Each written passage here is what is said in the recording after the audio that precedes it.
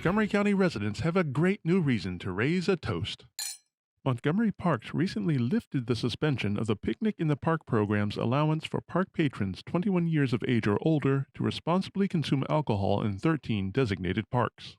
Picnic in the Park has been a wildly successful program, not just for our parks, but for our broader county and our local economy. It's also been a partnership between Visit MoCo and the Parks Department, working together to really promote our local restaurants and our local businesses. Not only did it encourage people to go out and have a picnic in the park with some food, something to drink, whether it was alcohol or not, but also it was helping small businesses.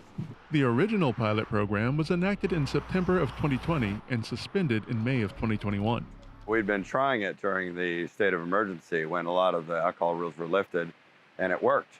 So we would have liked to keep going, but we wanted to make sure that it was still legal after some of those pandemic restrictions were back in place. When the governor's state of emergency ended, I didn't know what the process was going to be moving forward. And so I inquired with the county attorney how Montgomery County could proceed. And both the county attorney and the state's attorney said that Montgomery County's Parks Department was fully within its own right to move forward and to allow people to enjoy the parks and have alcoholic beverages safely within the borders of those parks. Concerns about park safety have been allayed by the results of the initial pilot program. All the response we got was positive. We got no negative response at all. No calls to police for service, no disorderly conduct, nothing that caused us any concern. So when we found that we were able to have food and drink in the park without any disruption or any additional litter or a need for police presence, really that sealed it. The Picnic in the Parks program was a huge success. I know so many residents from throughout the county who picked something up at a restaurant or at a fast food shop and went into the park with their friends and their family and just enjoyed the great outdoors. This really has helped residents throughout this pandemic find a fun, safe way to join together to celebrate the happy moments, even in challenging times, and we're looking forward to having this continue. Many park patrons are looking forward to enjoying the benefits of the program. Yeah, it sounds great. I mean, we love coming to the park, and my husband and I love eating out, but we haven't been doing it as much since COVID. So we would definitely want to come to the park and order takeout and just have a picnic with the baby. I am really excited about the Picnic in the Park program. You can see me in this beautiful park today, right near my office. I plan to order food, alcohol sometimes if it's allowed, and enjoy a beautiful day in the park. Great idea. If we were outdoors having a picnic and a light drink, it would be intimate and fun, connecting, particularly during these times because of COVID, we have not had any indoor guests at all. So to be outdoors with people that we really like and having a drink and eating would be really refreshing. I could see us either just my family coming to a park and using this program to have a nice picnic, or perhaps meeting up with friends or one of the kids' sports teams, just having an opportunity to have a gathering without restrictions on what we can bring along with us to enjoy ourselves. The success of the Picnic in the Park program could be the first step in a reimagining of the parks. We're rethinking what parks are for. We have always recognized that parks play an important role in recreation, but we're expanding the meaning of what that is all about. Whatever it is that you like to do, we want to make sure that parks can accommodate that. And so I think this program is a great example of how we've really expanded the way we think about how parks can be used in a way that helps everybody. Reporting from Silver Spring, I'm Joseph Thompson. It is my great pleasure to welcome you today to the official groundbreaking for the Clarksburg Fire Station. Let's hear it. Station 35. I think we forgot to get some applause for the people that actually deserve probably the loudest round of applause, and that's for our first responders. Yeah. Could we please hear it for them? About 3 months ago, I had the opportunity to participate in a fire and rescue ride-along. It was the first one I'd done in several years. And it just reminded me the incredible sacrifice of our first responders and the critical importance of their work. This community generated about 500 calls the first year we were here in 2005. We're already pushing nearly 1,500, and our population here is in the 20,000. You know, it started at roughly 7,000, and response times is critical.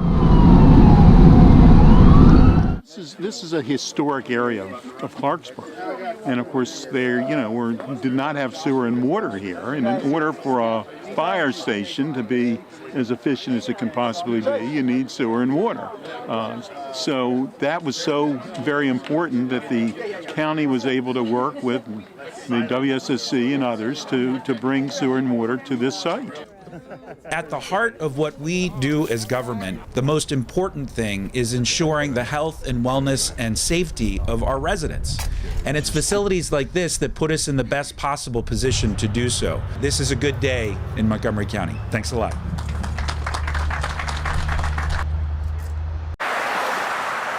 It's getting dark earlier, and as people are coming home from work or school, we all just need to be really careful on our streets. Now that daylight saving time has ended, the fall and winter months bring less sunlight and an increased risk on roadways.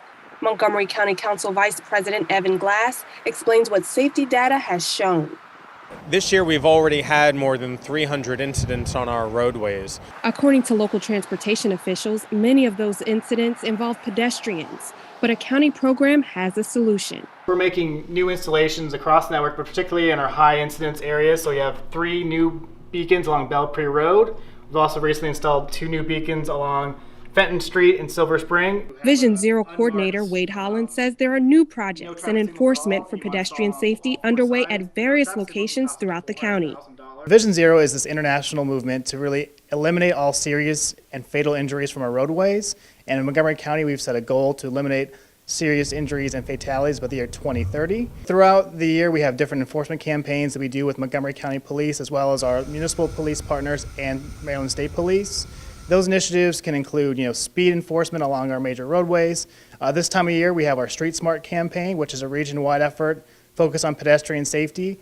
And part of that effort is to kind of take these high injury areas that we know have high risk of pedestrian crashes, and we're actually doing enforcement against drivers who are not yielding to pedestrians. This problem is getting worse, not only in the DC region, but nationally. And I think we all just need to slow down and keep our eyes on the road. Part of Vision Zero, every Vision Zero community creates what they call the high injury network. So that's kind of the areas that have the most serious and fatal crashes. And we have them largely throughout the county. So, in Germantown, along Middlebrook Road, Great Seneca Highway, downtown Silver Spring, going through Colesville Road, in Bethesda, kind of north along Rockville Pike on various segments. So a lot of these larger roads have various segments that have high crash rates, and we focus on those areas first to hopefully make the number of serious and fatal crashes go down over time. So we're standing on Colesville Road and the Beltway just outside downtown Silver Spring, and lots of cars fly through here, and this is my normal route when I have to take the bus. And it's really hard to cross this street that's right behind me.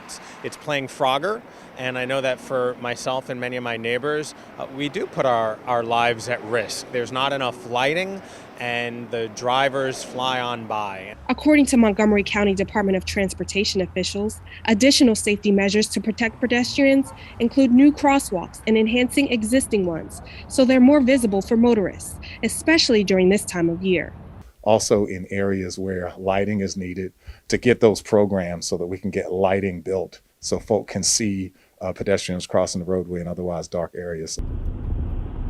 Throughout the county, along these roadways throughout November and into December, we have these kind of activities going on, along with, with the holidays coming up, a lot of, unfortunately, impaired driving. So we have our holiday alcohol task force focusing on getting impaired drivers off our streets.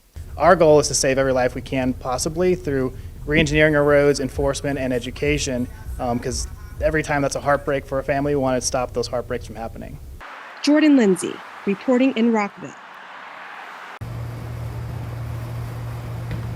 We are here to inaugurate this spectacular sculpture acknowledging 2 titans here in our community, Shirley Povich and Walter Johnson, and celebrating sports, celebrating our community, and coming together as one. When I see my father sitting there, other than his family, no one in all 75 years in which he covered sports, would he be rather sitting next to than Walter Johnson? Because it was the manner of his manhood, the fact that he was the most honest, the most humble, and the most humane of any athlete he had ever been around. And I saw your dad's hat there hanging on the wall. You did. It's like, oh, there it is. And you were so right about the brim. A hero, according to Thurgood Marshall, is someone, when they have a voice, they use it. And Shirley prodded and provoked Major League Baseball to desegregate. And he prodded and provoked what were the Washington Redskins to do the right thing and integrate. And so he's my hero. So thank you. Because we are continuing the legacy that Shirley and the writers of the Post and the editors have established for generations. My colleagues and I are committed to not just commemorating this spectacular sculpture, but to honor the Povich family, the Johnson family, and the thousands of other athletes that we have here in Montgomery County and the volunteers that make it all possible. So thrilled to have the Povich family here today. This beautiful sculpture here is literal in the sense that this scene took place undoubtedly countless times. It is the big train. But we're also here to not only look backwards at the great history that we have in Montgomery County, but to be proud to look forward on what we have in our future, and certainly this special place that so many of you have been so instrumental in creating will be part of Montgomery County's future in perpetuity. Purple Line construction continues, and the process has financially impacted several local small businesses. But Council Vice President Evan Glass has a message of hope. Relief is on the way. These small businesses have been struggling not only with the street and road impacts, the parking and utility. There are hundreds of businesses along the Purple Line corridor, and their businesses have been severely impacted for the last number of years since construction started. One of those various businesses include Kefa Cafe, located on Bonifant Street in downtown Silver Spring. It's been open since 1996. It's a one-way street now. There's trucks and things like that, so a lot of people don't want to go. And now there's construction, so people really don't want to walk in, so it's been really tough. It's down to one way, the street parking is gone. It's more difficult than ever to access the businesses.